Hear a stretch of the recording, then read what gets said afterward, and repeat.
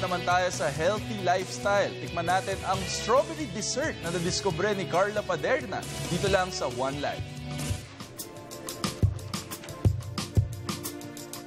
Ngayong umaga ay kasama ko ulit si Chef Dayan para turuan ulit ang isa na namang healthy dessert. Good morning, Chef Dayan. Good morning, Carla. Ano naman ang pangalan nito or tawag dito? This is strawberry mango trifle. So we have sponge cake, pero this one is made with stevia. Sponge cake kasi is egg whites, little bit of flour, little bit of sugar. So ang ginamit instead of confectioner, this one is the sweetened fit sugar. Oh, maganda. At ang maganda dito fast and easy gawin, tama ba? Opo. So ang gagawin lang natin, mag-a-assemble. So, meron dito na sponge sa bottom, gagawin ng aking assistant na si Goldilocks. Ako din. And then, mangoes yung second layer. Layer-layer lang. Alam nyo, yung Sweet and Fit is also produces coffee. They have Glorious Coffee and the other one is 3-in-1 coffee na yung high in calcium, 7-in-1. So, if you want the no-fruit type of trifle, you can have tiramisu instead. Tapos, yung strawberry sa top, diba? Fancy-fancy lang.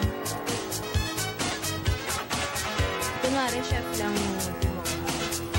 Pero ngayon, chef talaga yung gumawa. Pero ikaw din, kaya mo to. Oo nga, dami kong natututunan this morning. Yung nilagay ko na nasa loob is whipped cream and stevia. Hindi ko ngayon sa stevia kasi hindi siya low carb diet kasi ako ngayon. Opo. Parang kailangan ko din yung low carb diet. Mag-usap tayo after nito, chef. Yung low carb diet, pagka naggaganon ka, ingat-ingat ka sa white bread, ganyan, saka sa sugar. And para dun sa sugar substitute, go for sweet and fit.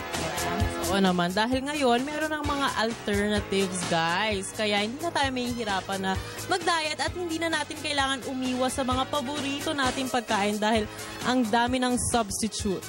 Imbes na mint leaves, pwede stevia leaves. Ano nga naman? Alam mo yan, pag tinikman mo, ang tamis. Ay, gano'n. Leaf sa ibang bansa. So, yan na. Chill mo siya. Okay, for how many minutes? Overnight or for like a couple of minutes? Siguro mga 2-3 hours, gano'n. Bago dumating yung guest mo na So, bawal ang biglaan, ha? Ganon. Thank you, Chef Dayan, ha? Dahil talaga namang pinaghanda mo na ako nitong yummy dessert mo. Guest namin dito sa school. At ikaw din ang guest ko ngayon sa One Life, di ba? Okay. So, titikman ko na. So, pwede mo siyang palitan ng Pinoy version, yung makapuno, ube, langka. Hindi nga, I swear. Yes.